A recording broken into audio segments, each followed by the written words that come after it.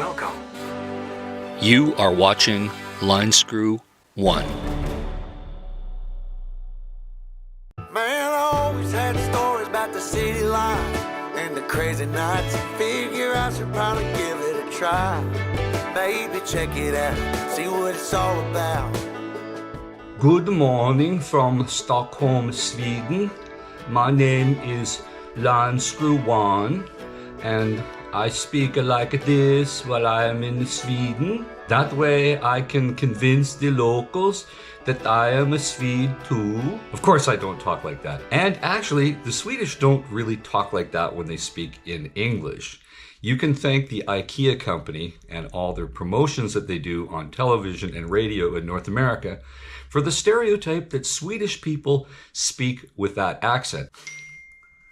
Oh, somebody loves me. Oh, I just got a text message from Kyiv, Ukraine. Let's talk about how the Swedes kick ass and how they punch much bigger than their size. Way up here in Northern Europe, tucked up there, not a huge country in terms of the world, huge in terms of Europe size, and they really kick ass. In fact, Sweden has invaded the world with all their products and services. The Swedish are very prosperous and they're doing a lot of things right up here. So let's hit the streets of Stockholm. The sun just came up. I think it might be light rain out there. Hey, I'm at 59 degrees north latitude. That's north. That's the thing about Stockholm. It's a fierce country when it comes to bad weather in the off season. To put it in perspective, the border with the Yukon in Canada is at 60 degrees north latitude. So we're almost at that same latitude. So the ocean actually tends to moderate the temperatures a lot. If it wasn't for the oceans here, Sweden, at least coastal Sweden, would be a lot colder. So let's hit the streets of Stockholm and talk about how the Swedish punch a lot bigger than their size. Yeah, I ain't here to try to change your mind, trying to save your time, in case you're thinking about breaking out the bucket list. Girl, you can skip this funny business, 'cause up there it's complicated and overrated. Down here everything's understandable. Well, good morning from central Stockholm. The sun just came up and the city is starting to come alive. Figured I'd go for a walk.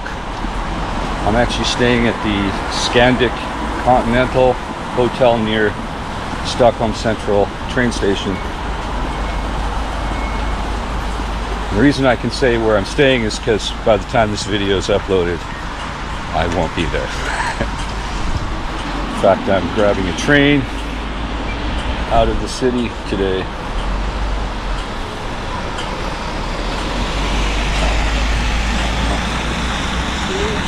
Shouldn't act like a local. Or maybe I can walk like a local. So,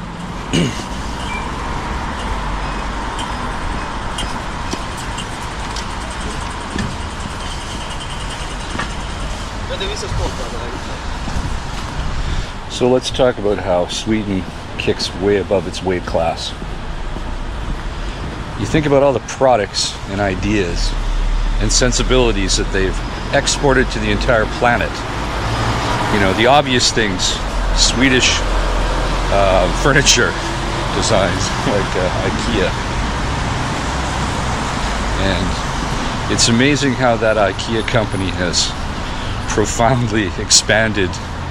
You know, they design them, they have them manufactured in cheap parts of the world, and then they ship them to stores all around the planet where you assemble them.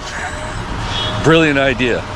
And the founder of IKEA, can't even remember his name, but I remember hearing stories about how he would insist on flying only economy class whenever he would fly, even though he became a billionaire. So, you know, that's that typical Swedish sensibility. So, you know, but Sweden's a lot more than IKEA furniture. You know, if you remember the SAAB brand of cars. You know, Jerry Seinfeld from Seinfeld drove a SAAB 900, I believe it was. Of course, I believe SAAB was bought out by General Motors, then the economy took a big shit dump in 2008, and eventually the SAAB brand was discontinued. But SAAB continues with defense contractor in aviation. Their brand of heavy industry still continues. People forget that. They're still making all sorts of aviation equipment and aircraft, and good for them. And of course, we can't forget the Swedish bikini team. Not actually Swedish, but a brilliant marketing plan from America. Anybody in the comment section put down what beer that was? It's a brilliant marketing plan, the Swedish bikini team. Back in the, what was that, late 80s, early 90s? Brilliant. Hilarious. Not actually Swedish. Swedish meatballs, Swedish pastry, Swedish women. Of course, we can't forget about ABBA. At one point, ABBA, I think, was the biggest export that Sweden had. Their gross sales from tours and record sales and crazy things like that. And even to this day, decades later, ABBA is long gone. Of course, the members are still alive, but they're still making money off of the ABBA brand with the musicals and the television shows and plays. And I think Bjorn is still involved in the Mamma Mia franchise in Las Vegas and elsewhere. So it's amazing how a relatively northern, obscure country has exported so much of their culture successfully. And it isn't for the fact that I think the weather encourages people to work harder, as typically Northern Europe is a lot more productive than Southern Europe, because you must work hard to survive, or else. And it's to their benefit. I mean, this is a very highly prosperous society, and it's very socialistic. That's the paradox. But as you guys notice, as we're walking around, we're not seeing homeless encampments. We're not seeing the fentanyl bend with all the druggies that are bent hunched over like you see in the west coast of North America. So, as much as they're paying a lot of taxes for this beautiful country, they're doing something right, and they're not tolerating the nonsense. In fact, when I flew here, there's an older gentleman in the forest industry who is Swedish, travels the world, and he says, yeah, I pay 50% of my income in taxes. But he says he's doing very well, so he doesn't really complain about it, but he just stated it as a fact. And so, you know, you compare Stockholm here, which is a large city, to Vancouver, Portland, Seattle, San Francisco, Los Angeles, and the social problems on the street. It's horrible. People defecating on the streets. The streets are dirty. I mean, here, we got leaves on the streets because it's fall. That's about as dirty as it gets. You know, I've seen the odd piece of rubbish here and there on the streets, but really not much of an issue. Okay, which way are we gonna go here now? Let's go this way. So it's amazing that they don't tolerate the bullshit from the homeless. They don't tolerate rampant crime. In fact, retail's doing pretty good. I was in a lot of the high-end shopping malls yesterday in central Stockholm, and people are spending money. So they're obviously doing something right, keeping the people happy. I mean, it's unfortunate that they're so socialistic, but if the people want it, hey, it's their country. They can run it however they choose. And here's the great paradox of Sweden. There is no legal legislated minimum wage. Can you believe that? Can you imagine if they imported that idea to North America? There'd be some states in the US that would just say, oh, no minimum wage, okay. we're offering you $3 an hour, buddy. Take it or leave it. I mean, that's absolute laissez-faire economics, but the way the Swedes approach it is they believe in negotiating through collective agreements, wages. So you can, labor and management can decide through negotiation, which is, I guess, really what happens on a smaller private level. But I guess that's kind of a hark back to union days, which, most of my life I did work and was a member of a union. I had no choice but to join the unions. But here, no minimum wage. But yet, I think the average wage in Sweden is approaching about $60,000-$70,000 Canadian a year. So they're obviously paying a lot for things like alcohol and cigarettes and gasoline. And I think the way to get ahead in Sweden is to live small and sensible. Small apartment, maybe get out of Stockholm, live out in the country. Because the real estate prices here in Sweden are not like in Vancouver, that's for sure. And the socialism that they've tried in Western Canada hasn't been working. In fact, if this was downtown Vancouver, you'd have homeless people all over the streets. They'd be approaching you, asking for money, cigarettes. You'd see trash all over the road. And, and bums sleeping on the sidewalks. Now, I have actually seen 2 homeless people in Stockholm, and they were obviously homeless because they had big carts full of stuff. And they weren't sleeping in the store alcoves. They were sleeping in the public parks because they know that these fine shopkeepers are not going to tolerate them sleeping right there. No, they'll call the police and boot their ass out. The Swedish are many things, but they are not stupid people. And they know what's bad for business. And it's bad for tourism to have the homeless constantly milling around. Oh, and it's a windy place here. Hopefully it's not affecting the audio. And I'll tell you what, let's go back the other way, on the other side of the road. And there'll be less windy because my back will be to the wind. And of course everybody's beautiful here. Here, I got the warning bell.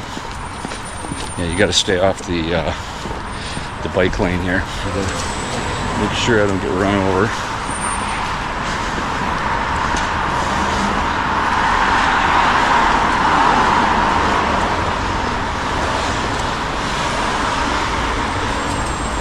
So, prime example of what I just mentioned. Everybody's beautiful here. They've got the Caucasian super gene. Blonde, tall, attractive. Not like us Heinz 57s in North America, where we're a mix of everything. But that's the part of the problem in North America, where we're not allowed to be proud or retain our culture. So we try to be every culture, and we have no culture. Whereas here, you're allowed to be proud to be Swedish. Back at home, they would call that racist. Here, they just call it reality. So we have a very industrious society, hardworking, exporting ideas, design, concepts, music, art, and they're doing it successfully, and they're making a profit. And I think that's just absolutely fantastic. And all I can say is I'll be leaving Sweden in a few days, but I'm going to be back. And I think the next time I'm going to be back will be in summer, so I can get a different vibe than what it is now in fall. But I can't complain about the weather. For being this far north at 59 degrees, it's the weather's pretty mild. It's like Vancouver weather, I would say. So put your comments down below. Tell me what you think about central Stockholm. And how come they don't have drug addicts everywhere? crime everywhere, dirty streets, encampments. How are they managing to do this? In fact, they're embarrassing California by just living their lives. So, yeah, something's gonna break in North America, because whatever's going there on, especially in those liberal states, it's not working. And they won't listen to us Republicans. Maybe they'll listen to the Swedes, and perhaps the Swedish can talk some sense into those Democrats. So that's the best I think we can hope for. So anyway, folks, stay safe, keep your wheels on the ground, and I'll be boarding a train very, very soon. I'm tired of feeling like a small fish in a big pond. I think I'll go back where I came from, where everybody knows my name. My friends are still the same. I guess the slow life hit me just right, like a bonfire on a cold night. Hell, and you can keep your 9 to 5, happy with the simple life.